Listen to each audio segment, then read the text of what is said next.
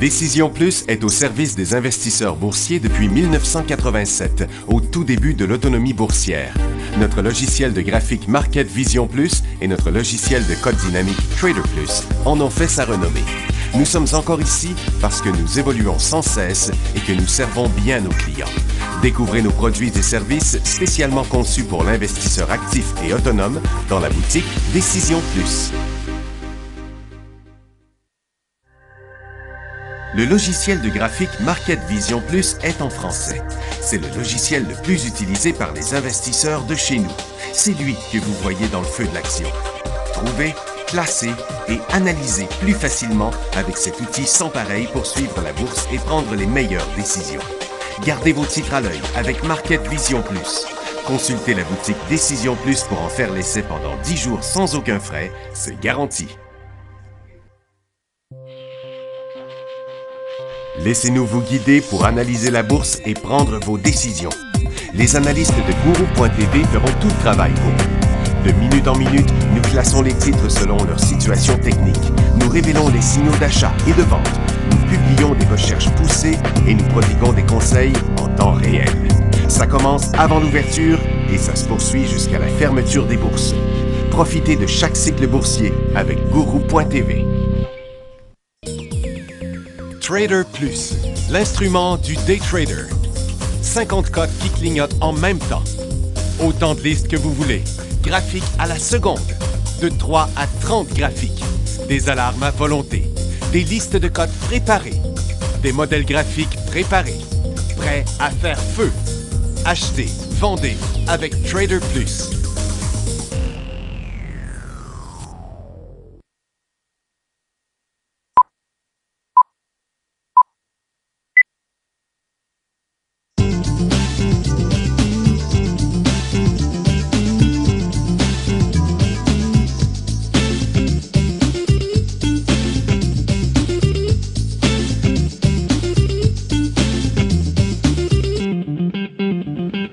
Bonjour, bienvenue dans le feu de l'action, mardi le 26 juillet, 11h30. Les marchés sont tous négatifs. Nasdaq à peine, le Dow 75, on est allé à peu près à 100 points.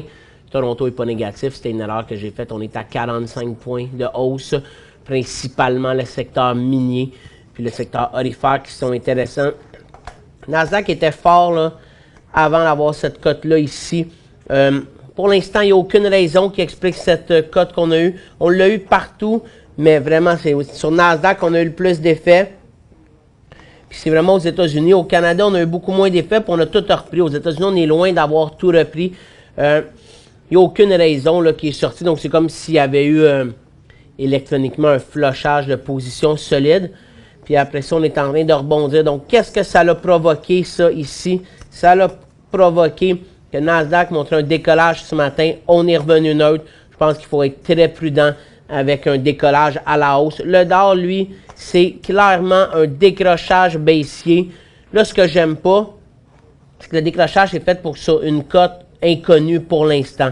Mais si on revenait faire un nouveau bas, là, je serais pas mal plus confiant. Si vous voulez jouer juste le Dow Jones, c'est S-Dow à la baisse. S-Dow.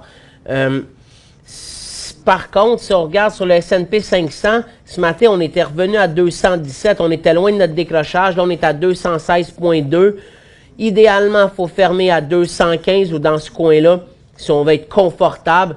Puis dans ce cas-là, ça serait SPXU à la baisse. Sur Nasdaq, je pense qu'on n'en parle pas. C'est vraiment plus solide. Il ne faut pas oublier que ce soir, on a les earnings aussi, les résultats financiers, excusez-moi, de Apple. Apple a une influence sur tous les marchés. C'est rendu côté sur le Dow. C'est la plus grosse capitalisation mondiale. Ben, ou avec Google, là, ça a peut-être changé. Mais en tout cas, ça a un impact partout. Apple ce soir. Du côté de Toronto, avec le rebond qu'on a de 33 points qui se dégonfle, on a quand même sauvé les points. On était à 50-60 ce matin. On prenait plus que la moitié. Sur la bourse de croissance, il ne se passait rien. Donc, on a un rebond sur le TX60 qui est plus fort que partout ailleurs. Pourquoi?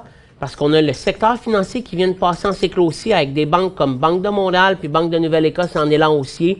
Puis je vous l'ai dit, secteur minier solide, secteur aurifère rebondi. Donc on s'approche du pétrole. Le pétrole en ce moment, on est en rebond, mais on est venu faire des nouveaux bas à peu près assez régulièrement dans le cycle. Mais là, on pourrait refaire un autre haut. On va juste se mettre avec un 5 minutes ici, un peu plus de période. Donc le pétrole, là, tant qu'on n'a pas brisé les 10$ et 15, il faut garder notre billet négatif. Mais si on passe 10$ et 15, puis 10$ et 20 surtout, mais là, je pense qu'un titre comme HOU ou aux États-Unis, UCO pourrait être intéressant. Puis le secteur aussi pourrait être intéressant. Du côté du gaz, on est en baisse, mais là, c'est plutôt stable. Mais le prochain mouvement pourrait être intéressant. À 7,95, on décrocherait.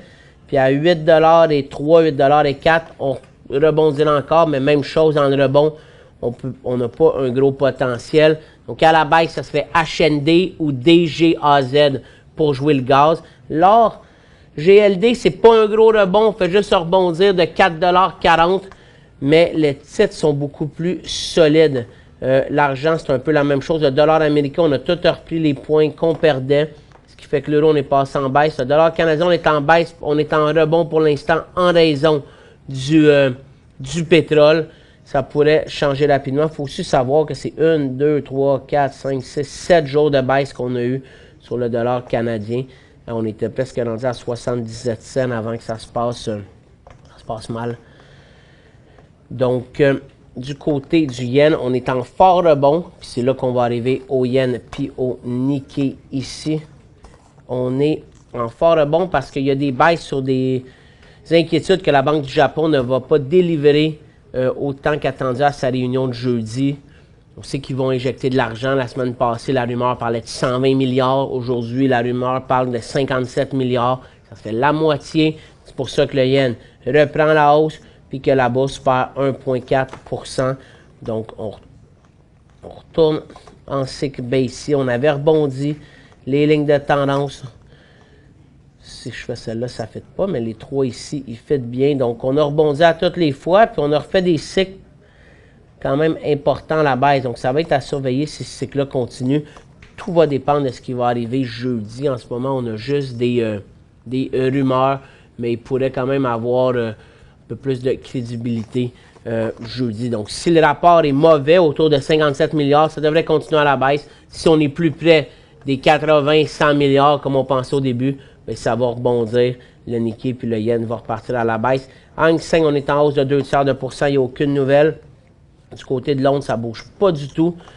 Mais on a un des membres de la Banque d'Angleterre qui a indiqué qu'il est maintenant en faveur de nouvelles mesures de relance. La prochaine rencontre est jeudi prochain. Donc, quand il s'était rencontré la Banque d'Angleterre, Mark Carney avait dit on va attendre de voir les données, puis on va se donner du temps, puis on va probablement agir à la rencontre du mois d'août. Mais la rencontre du mois d'août, c'est la semaine prochaine. Là, un des membres qui voulait attendre encore plus de données, bien, vient de se ranger du côté d'injecter de l'argent ou de baisser les taux. Puis, ce qu'il faut savoir, pourquoi? Parce que la semaine passée, dans les derniers jours de la semaine, on a eu des mauvaises données. Indice manufacturier PMI qui était horrible en Angleterre. On était rechuté fortement sous les 50, autour de 47. L'indice des services aussi. Demain, on a le PIB en Europe ou en Angleterre aussi qui pourrait venir confirmer qu'il y a une détérioration de leur économie depuis le Brexit. Puis à ce moment-là, la Banque d'Angleterre va agir. Si toutes les banques centrales agissent aussi, c'est positif pour que le marché continue à la hausse. Donc, il faut garder en tête que la baisse, ça serait juste une première shot de correction. Puis, il ne faut pas remplir notre portefeuille de baissier. On s'en va au bumper. On va ouvrir la barre de questions dans le bumper. Il n'y a plus de questions. Donc, n'hésitez pas à m'envoyer vos questions, puis on va y répondre dans la deuxième partie de l'émission. Donc, on s'en va à la pause, puis après ça, on parle des nouvelles au bumper.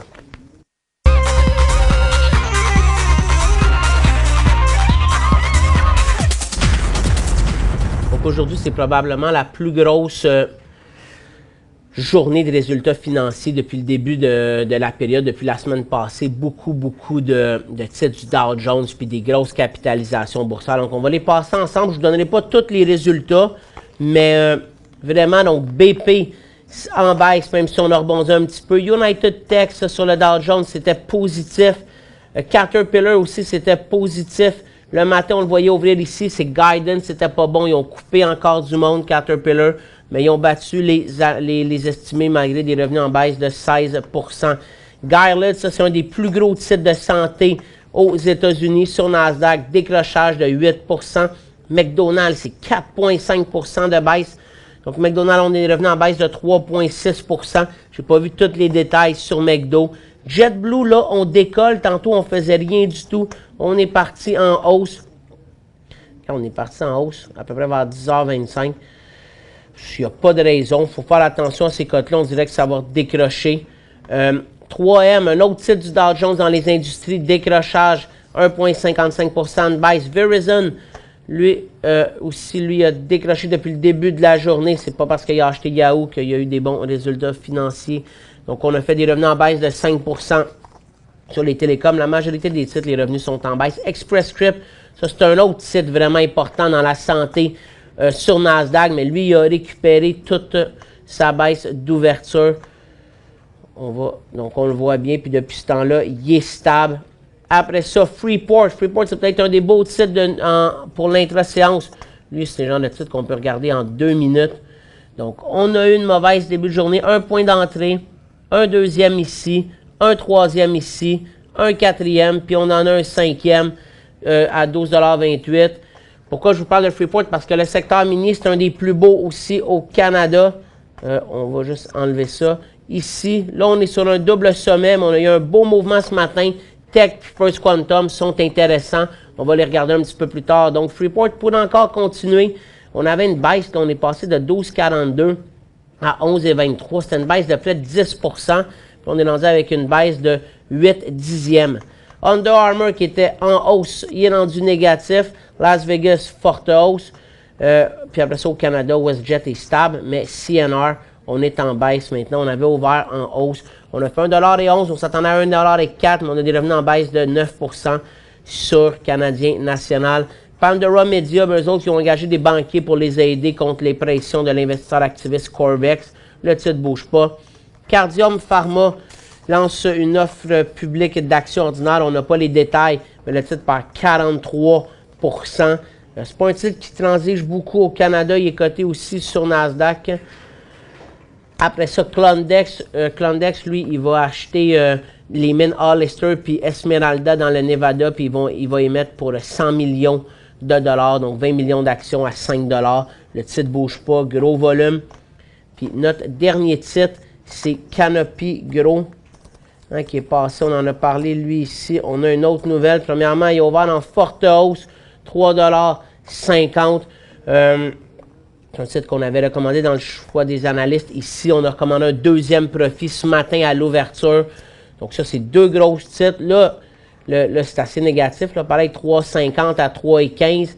Mais c'était tellement fort comme hausse. Mais il faut le surveiller. Je pense que c'est un titre qui est capable de rebondir. Il y a plusieurs bonnes nouvelles autour de la marijuana en ce moment au Canada. À 3,22 $, on a un point d'entrée puis un inversement de notre gros couloir baissier. Donc, vraiment à surveiller. Donc, plusieurs nouvelles aujourd'hui. Les producteurs canadiens se tournent vers l'étranger. Donc, Canopy Gros, qui était déjà au Brésil et en Australie, a récemment annoncé son intention d'entrer dans le marché allemand. Donc, Canopy Gros a obtenu de Santé Canada une licence d'exportation qui lui permettra de vendre du cannabis séché dans les pharmacies allemandes. Donc, le modèle canadien attire l'attention. Le Canada est sans doute le seul pays qui peut produire du cannabis à grande échelle à une qualité pharmaceutique, soit une production qui respecte des règles strictes. Donc, c'est notre marijuana pharmaceutique là, qui est en train de faire la une à travers le monde. On en vend au Brésil, en Australie, en Allemagne. Ça, c'est positif. On sait que l'année prochaine, au printemps, le gouvernement fédéral devrait faire changer la loi pour la consommation récréative. Qu'est-ce que ça donne à Canopy? Premièrement, il est passé sur le TSX. Ça, c'est de la crédibilité. Puis après ça, ben, il va avoir de la crédibilité auprès du gouvernement fédéral puis de Santé Canada parce que là, il est reconnu ailleurs à l'exportation. Donc, je pense que c'est positif pour le titre pour continuer. C'est pas, là, en ce moment, ça se passe mal aujourd'hui après l'ouverture, mais il faut réaliser ce qu'il a fait aussi comme hausse. Puis on est presque retourné à ces sommets à vie qu'il avait fait on est allé encore plus haut ici quand il est ouvert, mais c'est quand même un point qu'on avait testé une fois, deux fois, puis qu'on a retesté aujourd'hui. Donc, ça va bien de ce côté-là. On a fini nos nouvelles.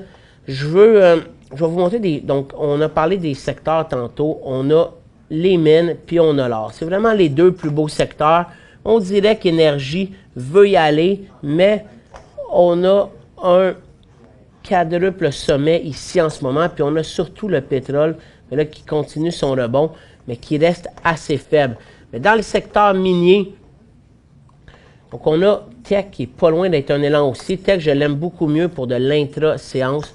Il est super beau en intra-séance. On s'en va à la pause, puis on va revenir avec mine, or, énergie, puis après ça, les questions.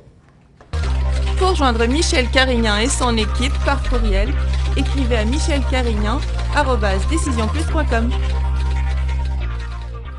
5 bonnes raisons de gérer vos investissements avec Banque Nationale Courtage Direct. Des frais de commission fixes à 9,95 en tout temps pour tous les clients et à partir de seulement 6,95 si vous êtes un investisseur actif. Aucun frais d'administration annuel si vous détenez plus de 20 000 $ dans vos comptes. La possibilité d'ouvrir des comptes enregistrés en devise américaine. Des outils performants afin de faciliter vos prises de décision. Un service à la clientèle primé et un niveau de satisfaction parmi les plus élevés de l'industrie. Pour en savoir plus, visitez le bncd.ca ou appelez-nous dès maintenant. Décision Plus est au service des investisseurs boursiers depuis 1987, au tout début de l'autonomie boursière. Notre logiciel de graphique Market Vision Plus et notre logiciel de code dynamique Trader Plus en ont fait sa renommée. Nous sommes encore ici parce que nous évoluons sans cesse et que nous servons bien nos clients. Découvrez nos produits et services spécialement conçus pour l'investisseur actif et autonome dans la boutique Décision Plus.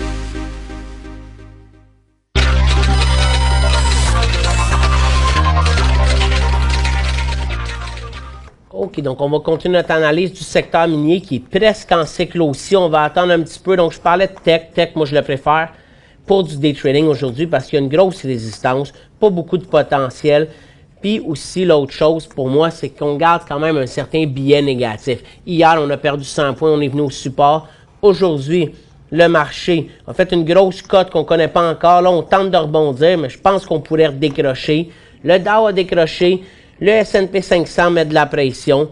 Donc, il faut faire attention avec tout ce qui est haussier. Mais aujourd'hui, Tech est super beau. Ça, c'est un graphique en 2 minutes. Là, en 2 minutes, ce mouvement-là était vraiment dur à transiger. Lui, ici, ça a été un faux élan. Mais là, ici, on a décollé, mais surtout ici. C'est là que ça a été le plus beau point d'entrée. Puis le deuxième à 18,20. Si on prend celui de 18,20, on sortira à 18,5. Mon préféré entre les deux, c'est First Quantum. Premièrement, First Quantum, c'est à peu près 11,10, 11,30 le point. Donc, ce matin, on avait déjà presque 1 $ à aller chercher. Là, il nous reste encore, je dirais, un 80 sous. C'est quand même intéressant. Donc, d'ailleurs, lui a été plus facile à transiger aussi ce matin. Il y a eu des plus beaux points d'entrée. Donc, le prochain serait à vers les 10,45 $, puis on sortira à 10,35 sur ces titres-là. Après ça, on a London Mining qui est moins intéressant. On a aussi Dominion Diamond. D'ailleurs, j'ai une question sur quelqu'un qui me demande si DDC est un achat. On va y répondre tout de suite. La question, c'est oui, c'est un élan haussier, c'est un décollage. Est-ce que je l'achèterais maintenant? Ça, je suis moins certain. Là. Je ne suis pas 100% convaincu du marché en ce moment. Il a fait un beau mouvement. Je pense que vous pouvez regarder. S'il retournerait vers les 12,15, 12,16, 12,17, ça pourrait être une reprise à la hausse. Peut-être faire attention au double sommet sur le secteur minier, mais le secteur minier, c'est surtout Tech et First Quantum qui le dirige. Par contre, Stornoway Diamond se corrige beaucoup aujourd'hui. J'ai une autre question, on va en parler de Stornoway. Après ça, j'ai Nefson dans les mines, l'autre site que j'aime bien à surveiller, même si les derniers élans ont tout le temps été, ont jamais marché. Il pourrait retourner. Hier, un gros volume. Aujourd'hui, mini volume, mais la cote là, à surveiller. Et c'est ce qu'on a pour le secteur minier. Secteur aurifère. Donc, l'or chutait moins. Là, on est dans notre couloir baissier, mais à surveiller si on décolle. Je pense qu'aujourd'hui, c'est intéressant pour l'intra-séance dans ce secteur-là. Exemple, regardez un titre comme Yamana. Là. Yamana, il y a eu 1 point d'entrée, 2 points d'entrée, 3 points. Lui, il a avorté parce qu'on y retourne un peu plus bas. Un 4e, un 5e, puis on en a un 6e à 7,13. C'est aussi un secteur que je transigerais uniquement en day trading. L'or, on n'a pas redécollé. Puis regardez là, toutes les fois qu'on a eu des faux signaux sur l'or. Ici à la hausse, on pouvait penser qu'on allait repasser. Non, vendredi et lundi, on chute au support. Là, ça avait l'air négatif hier, on rebondit. Donc, on est dans notre couloir. Il y a des beaux mouvements intra-séance, mais pas assez pour acheter ça en swing trading. Un autre que j'aime bien, c'est Barrick. double creux aussi, directement. Donc, à surveiller si demain on était capable de décoller. Sinon, aujourd'hui, c'est du day trading. J'aime aussi Goldcorp, son couloir, on reprend. On pourrait inverser la tendance. Ditto Gold aussi, je l'aime bien, surtout s'il partait en élan hier. Ça, c'est mes demain. C'est mes titres intéressants dans l'or. C'est la même chose dans l'argent aussi. Hein. La majorité des titres, je suis un peu moins dans l'argent. Donc, First Majestic, je pense qu'il peut vraiment être intéressant pour de l'intra-séance aujourd'hui. Il est même plus beau, lui, pour du swing trading, même si le potentiel n'est pas très grand, 22 et 26. Fortuna Silver, s'il était capable de décoller demain, il pourrait être intéressant aussi, ou même en après-midi. Donc, c'est pour ça qu'on peut garder en ce moment une vision plus de court terme sur nos titres orifères, argentifères, miniers avec du day trading. Mais si on avait une poussée en après-midi, on pourrait les conserver, ces titres-là. Du côté de l'énergie, pour l'instant, on a une pause après le gros décrochage. Quand on regarde nos gros titres, là, par contre, Imperial est à 0, Suncor bondit un peu plus. Enbridge, lui, a tout repris ses points qu'il perdait ce matin. Cenovus, c'est à 0. Donc, la majorité des gros titres sont à 0. Ça pourrait facilement décrocher. C'est pas un petit secteur dans lequel je me tiendrais à la hausse, ni pour le day trading, ni pour le rien. Puis, secteur financier, ben, c'est le secteur le plus solide au Canada. Je vous l'ai dit. La TD pousse. La Royale pousse à son double sommet. La Banque de Nouvelle-Écosse est en élan à son sommet. Puis la BMO ben, décolle aussi. BMO, j'allais dire, c'est un nouveau sommet à vie sur la Banque de Montréal. Donc, assez solide de ce côté-là. On a aussi un mouvement dans l'acier aujourd'hui. Donc, on retourne à notre sommet. Acier, mine, c'est là que c'est vraiment le plus fort. Acier, c'est encore plus beau. Là, on a des décollages à peu près partout. Cliff. Donc, ce que j'expliquais aussi aux clients, là, c'était j'aimerais mieux qu'on les transige en intra-séance ce matin. Mais si vous les aviez transigés en intra-séance, là, vous commencez à faire de l'argent, puis il va y avoir possibilité de les conserver. Donc, Cliff, c'est un des plus beaux. Valley aussi est intéressant. AK Steel, je pense que quand on en a parlé, il est aux alentours de 5,62, grosso modo. Steel Dynamic, lui, c'est encore un qui monte moins que les autres. Monte un peu plus tranquillement. Son prochain point d'entrée sera à 26,90. Rio Tinto aussi, beaucoup de force. Donc, je ne sais pas pourquoi l'acier, c'est fort comme ça. Mais acier mine, pourquoi c'est plus solide que tous les autres secteurs. Mais on continue. Le cycle, ça fait vraiment longtemps qu'on n'a pas une nouvelle en provenance de la Chine. Des fois, ça a des liens, les mines. Mais pour le moment, ce n'est pas le mouvement qu'on a. Du côté du solaire, il faut regarder OPTT pour du day trading, ce titre-là. On a passé le dernier point, là, mais il pourrait retourner à 11 $. Ça, c'est un titre qu'il faut surveiller, qui est vraiment solide en ce moment. Sinon, les autres titres, ils ont dégonflé un petit peu. Secteur minier, je vous en ai parlé. Puis orifère aussi. Donc, on va être prêt à aller répondre à vos questions. On a 1 minute avant la prochaine pause. Puis après ça, on va continuer. Donc, bonjour. Analyser AUU. Beaucoup de trades ces derniers temps dû à de bons résultats de forage près de Meadowbank, division de d'Anico Eagle. Ben, c'est pas un titre orifère que je connais. Ce que je vois, c'est que s'il passe ça ici, il pourrait y aller. Vous avez raison, il y a un peu plus d'activité depuis avril.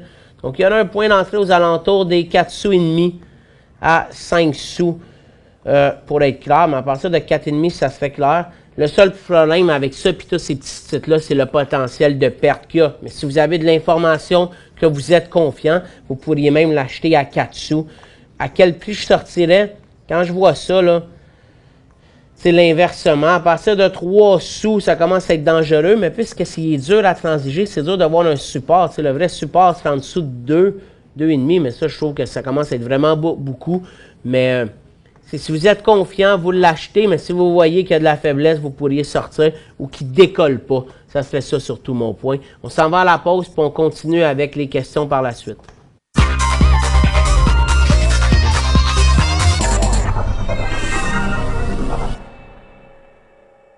5 bonnes raisons de gérer vos investissements avec Banque Nationale Courtage Direct. Des frais de commission fixes à 9,95 en tout temps pour tous les clients et à partir de seulement 6,95 si vous êtes un investisseur actif. Aucun frais d'administration annuel si vous détenez plus de 20 000 $ dans vos comptes. La possibilité d'ouvrir des comptes enregistrés en devise américaine.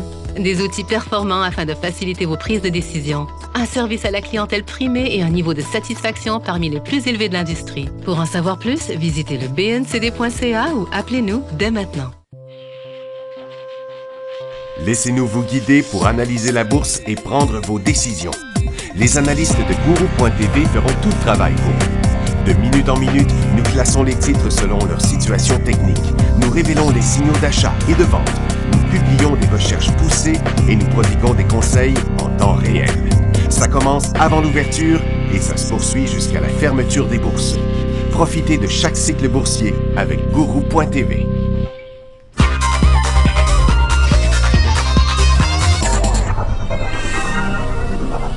Les marchés viennent de donner une poussée haussière, donc on est vraiment en train d'effacer la grosse cote qu'on avait eue.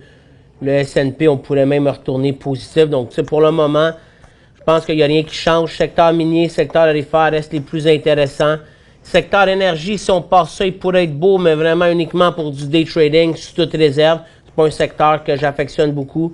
Le pétrole, pour le moment, on passe pas non plus les points qu'on a parlé d'environ 10,20 $. Puis c'est le gaz qui pousse finalement, donc ça se fait HNU ou UGAS à la hausse.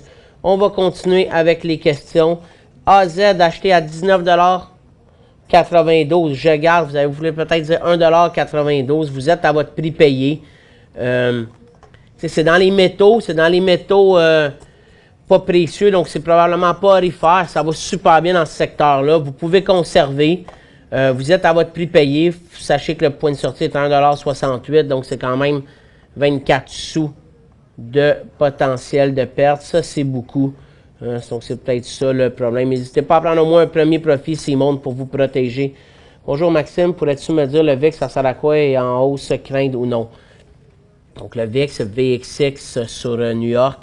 En ce moment, le vrai VIX, parce que le vrai VIX transige à Chicago, il est à 13 en hausse de 10 sous.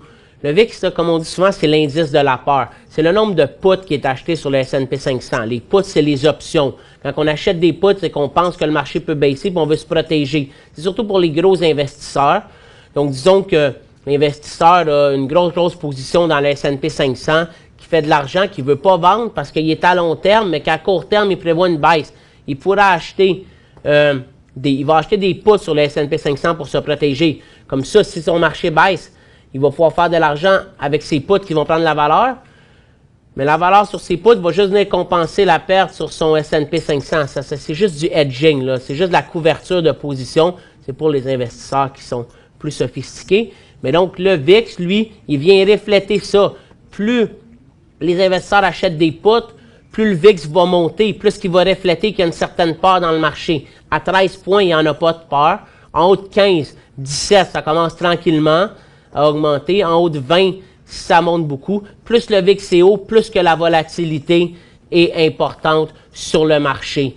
Il y a une formule, je ne l'ai pas dans ma tête, mais en gros, c'est ça. Donc, plus le VIX est haut, plus la volatilité dans la journée va être importante. En haut de 20, on parle de mouvement entre 150 et 200 points par jour sur le DAO de volatilité. NMX, analyser Nemaska Lithium. Ben, ça ne change pas. Nemaska continue à baisser. Il y avait énormément monté. Puis comme chaque titre monte, chaque titre peut baisser. Tu sais, les mines en ce moment, le lithium, là, il en parlait justement à CNBC hier, des grosses gigafactories qui sont en train de construire au Nevada. Donc probablement que tout le monde sait que la demande va augmenter prochainement sur le lithium. Alors peut-être que Nemaska baisse là-dessus. C'est un titre qu'il ne faut pas acheter en ce moment. Même s'il décollait, j'aimerais mieux le deuxième mouvement pour être certain. Mais ce qu'on voit, c'est qu'il n'a même pas fait de premier mouvement. Mais là, en ce moment, ça c'est à peu près 1,19 $, 1,17 $ l'inversement. Puis le prochain décrochage, c'est à 91 sous. Cisco, un achat. Bien, Cisco, oui, ça pourrait être un achat juste un petit peu plus haut. 2,43 $, 2,44 $. Lui, il a une belle position dans l'or. Il a juste chuté une fois. Il n'a pas vraiment chuté hier. Sa formation là était plus longue. Donc, s'il décolle, il pourrait retourner vers les 2,70 $. C'est pas un titre qui est beau en intra-séance. Mais, oui, il y a une belle formation. Bonjour Maxime, j'ai acheté SWY le 15 juillet, 1,05 $. Est-ce le temps d'en vendre? Mais je pense que j'en ai parlé hier. Ça se peut-tu? Non, peut-être pas lui, mais il fallait en vendre hier, c'est sûr. 1,05 $. Hier, il se transigeait 1,17 $, 1,15 $. Vous faisiez 10%, il fallait en vendre. Là, il rebondit. Donc, regardez jusqu'où il peut rebondir. Mais si vous n'avez pas pris de profit sur votre position, acheter 1,05 $, vous devriez en prendre aujourd'hui. Au moins pour vous protéger. Puis si on revient après ça à votre prix payé demain, on vend toute la position au complet. J'ai pas vu de nouvelles, je suis allé voir sur Stornoway Diamond. DDC, j'ai fait la nouvelle. FTS est-il un achat? Fortis, pas du tout. D'ailleurs, les services aux collectivités sont les secteurs qui se corrigent le plus aujourd'hui. C'était un achat vendredi, mais l'achat a avorté, donc tant mieux si vous ne l'avez pas acheté. Des fois, là, quand les titres ils font des mouvements comme ça, c'est comme trop rapide. Là, il va revenir. S'il ne décroche pas, le deuxième décollage pourrait être meilleur. Mais pour les services aux collectivités, il faut regarder un peu les taux obligataires aux États-Unis. Puis là, le secteur, pour l'instant, il est en correction sur un double sommet. Pas intéressant pour l'instant. DOG sur le DAR. Bien, DOG, 0.32. Lui, ça joue le DAR à la baisse.